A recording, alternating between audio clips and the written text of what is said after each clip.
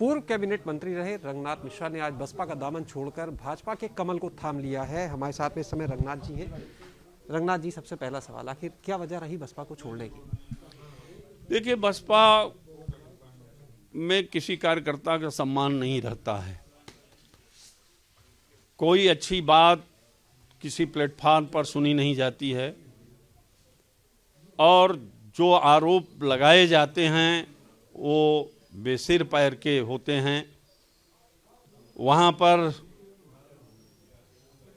कार्यकर्ताओं के लिए कोई जगह नहीं है और इसीलिए हमने देखा कि काशी विश्वनाथ कॉरिडोर के मामले में जिस प्रकार से बहुजन समाज पार्टी ने अपना रुख अख्तियार किया, उसकी आलोचना की और जिस प्रकार से माफियाओं के खिलाफ कार्रवाई हुई, बिकरू कांड से लेकर के या जो भी हमारे यहाँ माफियाओं के खिलाफ उस पर जो उनका स्टैंड था वो बहुत खराब था।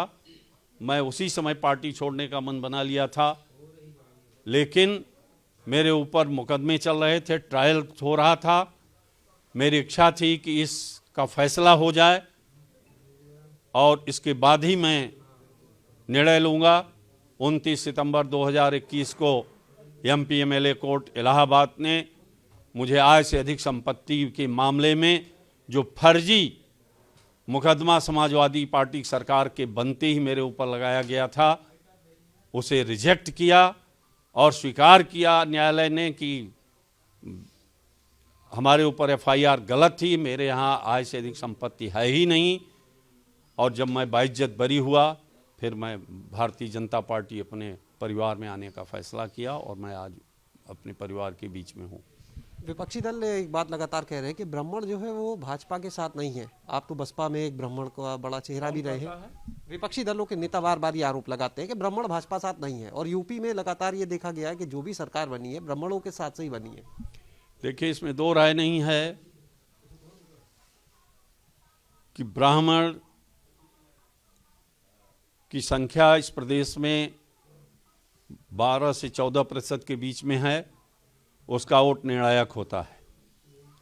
लेकिन विपक्ष के लोग जो आरोप लगा रहे हैं वो निराधार है। उन्हें अपने गरिबान में झांक के देखना चाहिए। और आपसे भी मैं कहना चाहूँगा कि समाजवादी पार्टी या बहुजन समाज पार्टी में जो ब्राह्मण नेता रहे हैं या हैं, उनसे जाकर आप पूछिए अलग से कि वहाँ पर ब्राह्मणों का क्या स्थिति रही।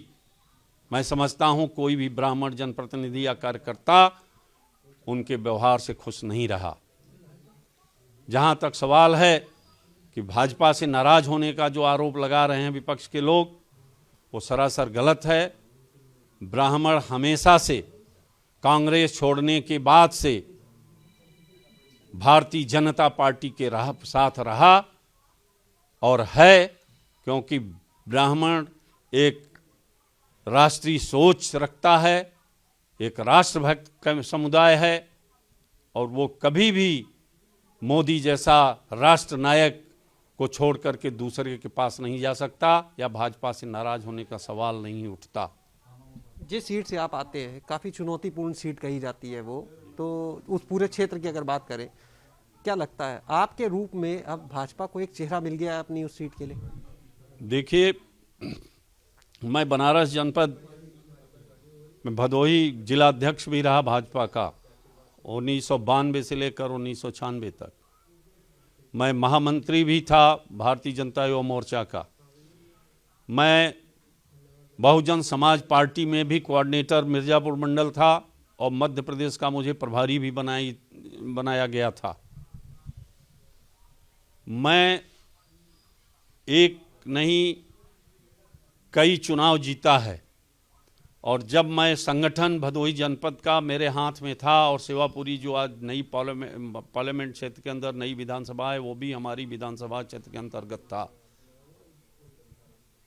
हमेशा भारतीय जनता पार्टी मजबूत रही है और माफियाओं को खदेड़ा है, उन्हें हराया है और सिर्फ MLA MP में ही नहीं हराया, बल्कि एक भी ब्लॉक प्रमुख माफियाओं को जीतने नहीं दिया था, जिला पंचायत अध्यक्ष नहीं होने दिया था।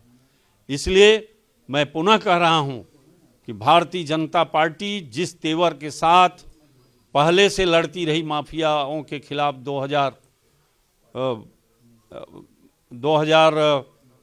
1991 से लेकर, वो पुनः उसी प्रकार से लड़ेगी और माफियाओं को खदेड़ेगी। हमारे लड़ने में आपका चेहरा सामने होगा? हम कार्यकर्ता हैं, निश्चित रूप से मेरी भूमिका रहेगी। और टिकट को लेकर अगर बात करें, कुछ चर्चा? देखिए, टिकट तो ये पार्टी तय करती है। कार्यकर्ता मेहनत करता है, काम करता है, उसकी क्षमता को देख करके पार्टी डिसाइड करती है। और बीजेपी में तो पार्लियामेंट्री बोर्ड है, तमाम चैनल हैं, जिसके फीडबैक आता है, उसके अनुसार कैंडिडेट तय किए जाते हैं।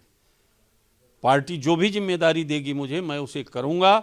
और मुझे विश्वास है कि पार्टी ने ही मेरा स्तर बढ़ाया था, पार्टी ने ही मुझे तमाम जिम्मेदारियां दी थी, जिसको मैं बखूबी किया था। एक गलती मैं जरूर 2005 में किया कि भारतीय जनता पार्टी छोड़ दिया, लेकिन उसमें भी इतना आतंक था कि मेरे 3 कार्यकर्ताओं की हत्या माफियाओं ने किया। लगातार उन्हें जेलों में बंद करा करके पीटने का काम करते थे, वहाँ लोगों की ज़मीन कब्जा कर लेते थे, रोजगार नहीं करने देते थे, ठीके पट्टे पर पूरा कब्जा कर लिया था। नाम के वो जनप्रतिनिधि थे, लेकिन थे माफिया। और उनसे लड़ने के लिए उस समय मुझे ये लगा कि मुझे सपोर्ट की ज़रूरत है, और इसलिए मैं 2005 में सत्ता के लिए नहीं गया था। भाजपा के संस्कार मुझे पार्टी छोड़ने के लिए कभी भी मेरी आत्मा नहीं गवाही कर रही थी, लेकिन एक तरफ माफिया थी, एक तरफ हमारी पार्टी का संस्कार था। लेकिन मैंने सत्ता के नाते नहीं, बल्कि भदोही की जनता की लड़ाई लड़ने के लिए, माफियाओं से लड़ने के लिए विपक्ष छोड़ करके, भाजपा उस समय विपक्ष में थी, मैं किसी पद पर नहीं था, कोई प्रतिनिधि नहीं था, एक साधारण मेंबर मैं भाजपा का उस समय था। मैं छोड़ करके बहुजन समाज पार्टी में तत्काल चुनाव के ऐन वक्त पर गया था, और ये देखा कि समाजवादी पार्टी ने पुनः उसी माफिया की पत्नी को चुनाव लड़ा रही थे। मैं बहुजन समाज पार्टी ज्वाइन कर चुनाव लड़ा।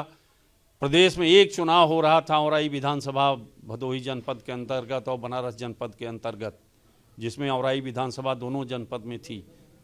मैं बहुजन समाज पार्टी पर्चा दाखिला के एक दिन पहले ज्वाइन किया था, और मैं लड़ा चुनाव। पूरी मंत्रिमंडल वहीं डेरा डाली थी, कम से कम 40 मिनिस्टर वहीं थे, और तमाम अपराधी छोड़ दिए थे अखिलेश मुलायम सिंह सरकार ने। उस समय पूर्वांचल में कोई दुर्दांत ऐसा अपराधी नहीं था जिसे जेल से न छोड़ दिया गया हो, और सारे ये लोग समाजवादी पार्टी के नेताओं के साथ घूम रहे थे।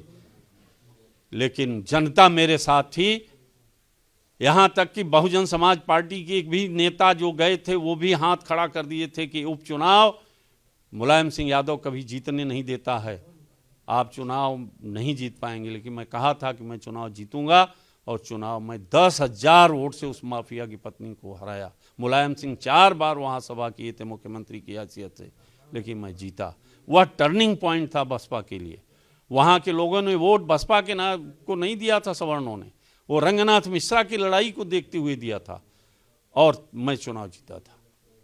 बहुत बहुत शुक्रिया बात करने के लिए। तो ये थे हमारे साथ रंगनाथ मिश्रा जी, जिनका साफ कहना है कि गलती हुई थी जब वो भाजपा को छोड़कर बसपा में गए थे, लेकिन हालात कुछ ऐसे थे। बहरहाल एक बार फिर से भाजपा में आ गए। उनका साफ कहना है पार्टी अगर टिकट देगी तो भी चुनाव लड़ेंगे और पार्टी के लिए काम करेंगे, और अगर टिकट नहीं भी मिलता है तो एक कार्यकर्ता के रूप में पार्टी के लिए काम करेंगे।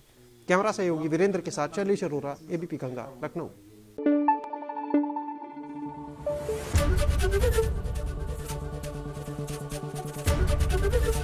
एबीपी गंगा, खबर आपकी, जुबान आपकी।